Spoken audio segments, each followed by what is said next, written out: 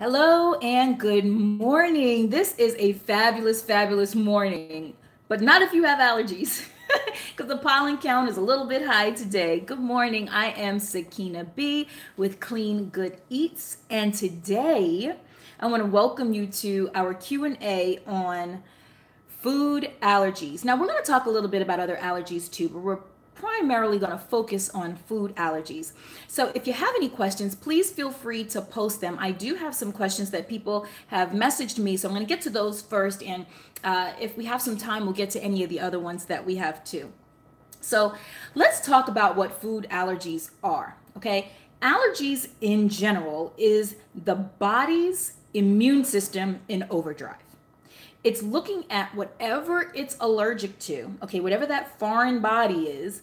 When you bring it into your body is looking at it as, oh my goodness, this is something I do not recognize. We must attack it. Sometimes that's a good thing. That's your immune system working. That's a good thing. But other times, when it can be something that you normally would eat, not necessarily a good thing, especially if you have a severe allergy to it, meaning that you need an EpiPen or something to help you not die from it. Okay. So I'm going to tell you a little bit about our story with allergies. My daughter, my daughter was, oh my goodness, she was an infant. Right after I started nursing her, or stopped nursing her, we put her on formula and we realized that she would projectile vomit the formula. It was awful. So we put her on, those really expensive formulas, and that didn't work either. And then we switched her to soy, and that didn't work either. And everything that we put her on, she would just projectile vomit it. Well, later on, she had asthma and eczema and really bad seasonal allergies. And so she's only like at this point 18 months, and we're trying to figure out what in the world is going on. But at that age, they meaning doctors, don't want to diagnose as having asthma or having allergies because it could be something else. Well, by the time she was 2, it got much worse. By the time she was 6, she was on 8 different allergy medications 3 times a day until we took her to a holistic doctor. And that's when we found out that she had food allergies. Now, if you know anything about environmental allergies, they can also be heightened and spurred on by food allergies. And so we found that food allergies was really her culprit. And the seasonal allergies just stemmed from her immune system being in overdrive, eating foods that her body it was just not sitting well with her body.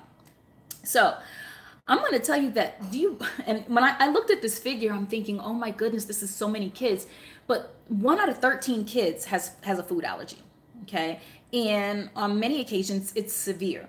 With my daughter, there was a time when she was allergic to everything except cucumbers, bison, turkey, and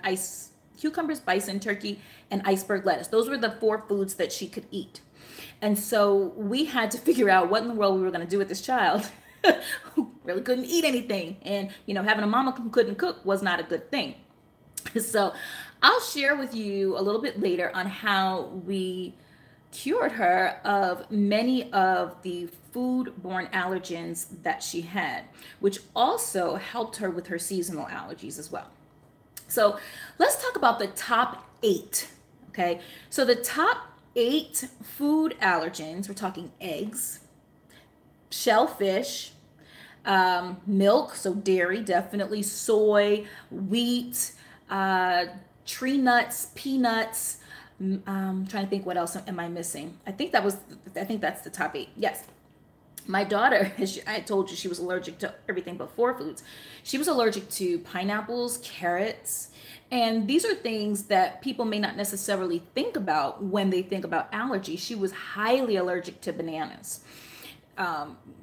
Carrots would almost send her into anaphylactic shock. In fact, she didn't even have to ingest the carrots. They just had to be in the room.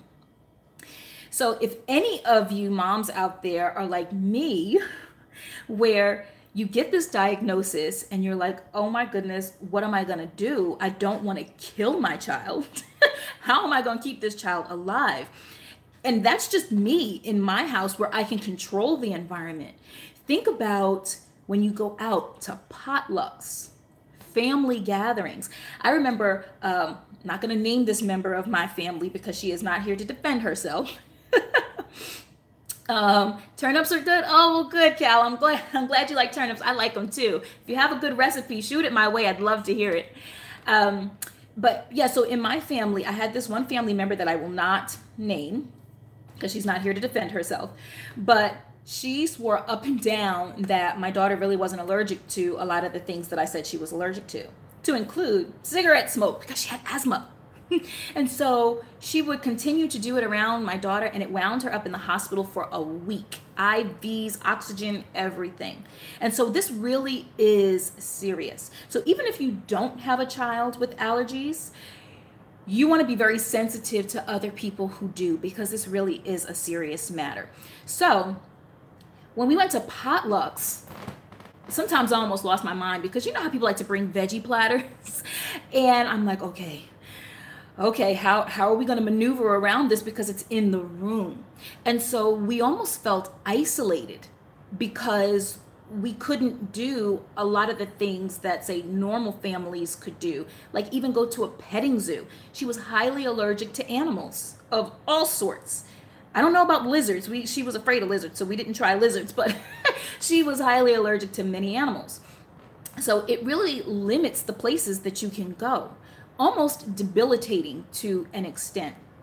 So some of the things that we did, and oh, I had a question coming in. Hold on, let me see who this question is from. Okay, this one is from, Jason. And he says, my son is allergic to nuts and soy. How do I avoid that in packaged snacks and other foods? Okay.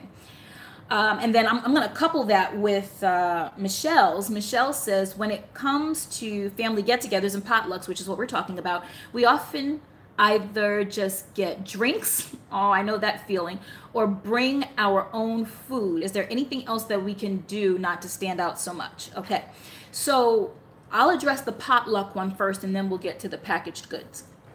So the potluck, what we did, because we used to just, drink water or maybe get the salad that only had lettuce in it, and iceberg lettuce, not romaine or chard or any of the other lettuces, or I'm sorry, not chard, but the butter lettuces, none of the other lettuces we could do.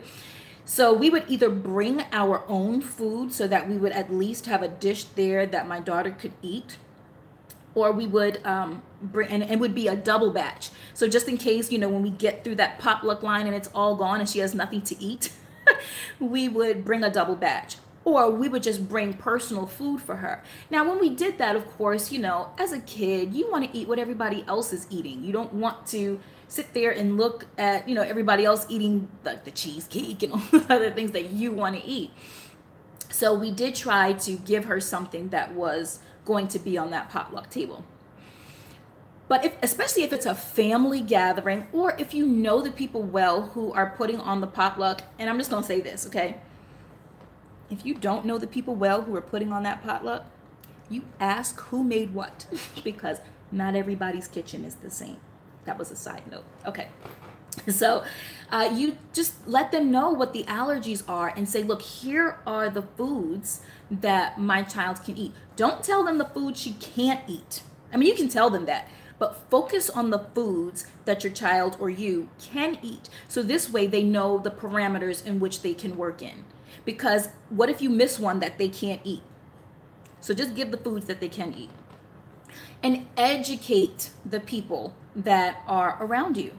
That is so important. People don't do because they don't know. When I educated my family member and shared all of the pictures of my child in ICU, that was a quick crash course lesson for her, and never again did we experience that. In fact, she also quit smoking. Yay! Right there on the spot. So people need to just be educated. Now, you're always going to get those people who don't know, don't care, but for the most part, people really do want to help you out. So I hope that answered your question. That one's from Michelle. So I hope that answered your question. All right, now for Jason, about the nuts and soy. Ooh, Jason, that's a hard one because soy is in practically every food that is packaged because it's cheap. It kind of morphs itself into a variety of things, and so that's very difficult. So my advice to you, and even a challenge, would be learn to read the labels. I do a grocery store tour. I have a special grocery store tour for people with allergies because it is very important that you know how to read the labels. A food can be named one thing one day and then something else another day. Okay, so we went from corn syrup to high fructose corn syrup to, a million other names that it goes under. So I just want you to be very cautious when you're reading those labels. Now, if you don't have a PhD in labelology, the easiest thing to do is buy one ingredient foods. So, instead of buying the chocolate bar, you make the chocolate bar at home with ingredients that you know. And honestly, making a lot of those packaged ingredients is better for you whether you have allergies or not, because you know exactly what's in it. Okay, so that's one thing. The second thing is, if you're gonna buy packaged goods, you want to make sure that it's 5 ingredients or less. You can pronounce every single one and recognize what they are. Okay, so those are that's my advice to you on the packaged goods. All right, so next thing is all right, what are some over-the-counter medicines and do I recommend them? Well, I shared with you that my daughter was on, gosh, 8 different meds 3 times a day. She was on allergy medications for her seasonal allergies. She was on medication for her asthma. She was on medication for the eczema, and it just went on and on and on and on and on. Okay, and this was from the allergist where she got tested. This was before we went to the holistic doctor, but this was when she went to the allergist and she was tested. So what we did was, we looked at all of these medications she was on, and I'm going to tell you, there's probably not a medication that was made before 2009 that she wasn't on. So we're talking Singulair, Zyrtec, Claritin, Pataday, Zopinex, Alaway, Flonase, EpiPens, Zatador, Albuterol, Flovent, you name it, she was on it, okay? And sometimes, like the eye drops, the doctors, like when we went from one doctor to another, the doctors didn't even know what it was. They had to look it up. We were more educated on the drugs than they were, which was sad, okay? Because you think a 7-year-old kid should not know more about a medicine than the doctor does. So we just came to a point where those medicines just were not working for her at all. In fact, would I recommend them? I'm not against over-the-counter meds. I'm not against prescription meds, okay? Because everything that she was on, with the exception of maybe 2, was a prescription med. I'm not against them.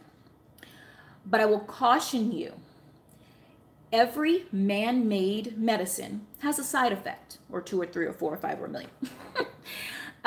And you want to make sure that whatever that side effect is, that the side effect does not outweigh the purpose for you giving that medication.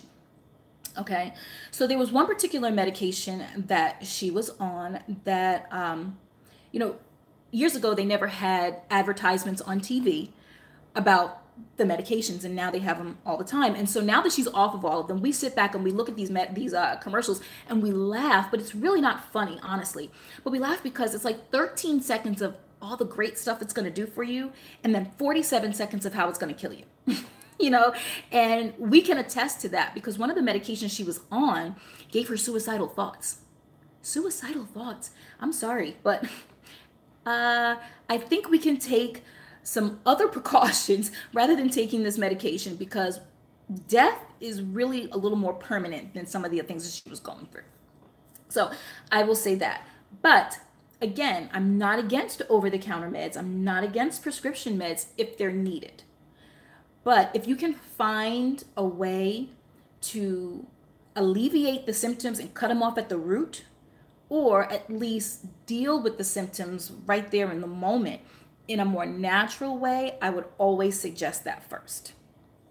Okay, so I hope that answered your question. That was from Dana.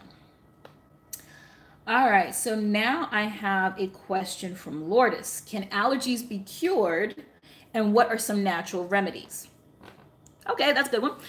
So, okay, so I'm going to answer your question with no and yes. Every body is different. Okay, so everybody's individual body is different. So that means that, yes, allergies can be cured in many people. But in some people, there are just a few that just gonna hang with you for a while until death do you part. And you may just have to learn how to comfortably live with them. Okay. Now, in reference to my daughter, I stated that she had a host of allergies and food allergies that were crazy. When we went to the holistic doctor, he informed us that the basis of many of her seasonal allergies were because of her food allergies. And her food allergies were born because her intestines, that's where we house our immune system. I call it the second brain, okay? Actually, I don't call it the second brain. Caroline Leaf calls it the second brain, and she should know because she's like a neuroscientist. She's amazing. Anyway, look her up, Caroline Leaf. The immune system is housed in our intestines. And so when our intestines is off kilter, then everything else dealing with our immune system is going to be off kilter. Okay. So what we did was we took her off of all of the foods that caused or triggered that immune response. And we only gave her the foods that she could eat, along with building her gut bacteria up. Because our gut, I know this kind of sounds gross, but our gut or our intestines is built up of many bacteria, good bacteria and bad bacteria. And what happens is the autoimmune response kicks in when the good bacteria is lessened and the bad bacteria is heightened. That's when you get a host of other issues like ADHD or IBS, with irritable bowel syndrome, or just a host of other things such as that. That's why we call it the second brain. So, yes, they can be cured when you take care of the intestines and build up that immune system. But again, sometimes the body says, I still see that as a foreign object and I'm still going to attack it. But if you can minimize the symptoms, I say go for it. Okay, so do the things that will help you to minimize. So the first thing that I would always recommend, especially if it's a food allergy or if it's a seasonal allergy that's linked to a food allergy or sensitivity, and the difference between the two is a food allergy, you'll get symptoms like swelling of the lips, closing of the throat, hives, itchy eyes, rashes, just things of that nature, okay? If it's a sensitivity, you might feel a little brain fog, you just might feel a little off, but nothing full blown, okay? So those are the differences between the two. Now, a sensitivity can easily become an allergy if you're not careful, okay? So, can it be cured? Yes, but in certain cases, no. Hope that answered that question. I know that was a big answer for one question, but I hope that answered it. Now, what are some natural remedies? We have used local raw honey.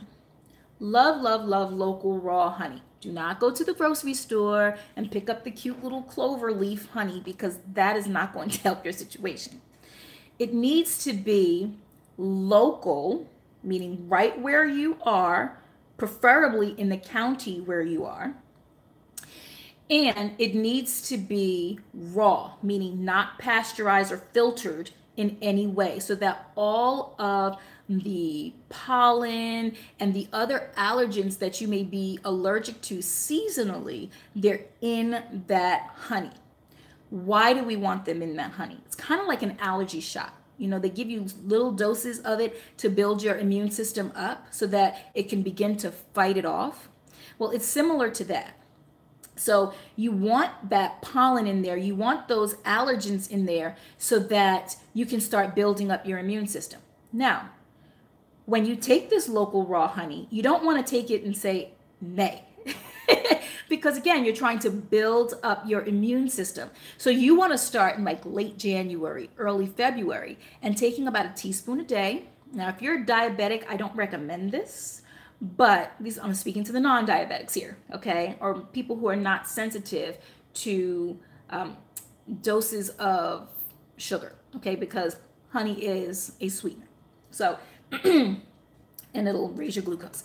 So you want to make sure that you're taking it end of January, early part of February, so that you can build up your immune system to May when it's going to be full blown. Okay. Now, the first year that you do it, it may not be that, oh my goodness, my eyes are clear and my nasal passage is great. It may not be that way, but you will feel a difference. Okay. You will feel a little bit less than what you felt, say, the year before. So that's the first thing. Second thing is essential oils. I recommend essential oils. There's one called Arborvitae. I always pronounce that wrong. It's Arborvatore. I think that's how it's spelled, but it's Arborvitae. And it is great for seasonal allergies, along with I call it a cocktail of lemon, peppermint, and lavender. These three in combination, when you diffuse them throughout your house, will lessen the effects of allergens inside your house. Because if you don't know, I'm going to share with you, the environment inside your house tends to be up to 10 times worse than the environment outside your house, because you're bringing all of that in. There's no wind in your house, and so it's just staying in there. So I would recommend a great filter, so a great whole house filter, and the essential oils being diffused. You also can put those essential oils on the bottoms of your feet as well, because your feet are very absorbent, and so it gets into all of your cells in less than a minute. So I recommend those two. Next, I would also say that I recommend an elimination diet. If you don't know how to conduct an elimination diet, I can definitely help you with that. As a health coach, I do that quite frequently, and I specialize in specialty diets and allergy-friendly foods. So I would love to be able to help you with that if you needed to do an elimination diet. But working on building up your immune system and getting rid of those foods that are not beneficial to your body. All right, let's see if I answered. Hope I did, because we're getting close to our time. I always want to be mindful of your time. I think I did. I don't see any more questions coming in. One thing that I do want to share is you always want to be careful and be on the lookout for anaphylactic shock, because you may have an allergy one day that might not be that severe. And so you think, oh, well, it's no big deal. I might have a dairy allergy, but I'm going to go ahead and eat this cheesecake anyway. And the cheesecake may not have bothered you, say, last week. But this week when you eat it, your throat starts closing up, okay? Or your lips and tongue start swelling. Make sure that you have an EpiPen at all times, because that is very important. Sometimes you may not even know what's in your food, okay? And so you want to make sure that you have that EpiPen on you at all times.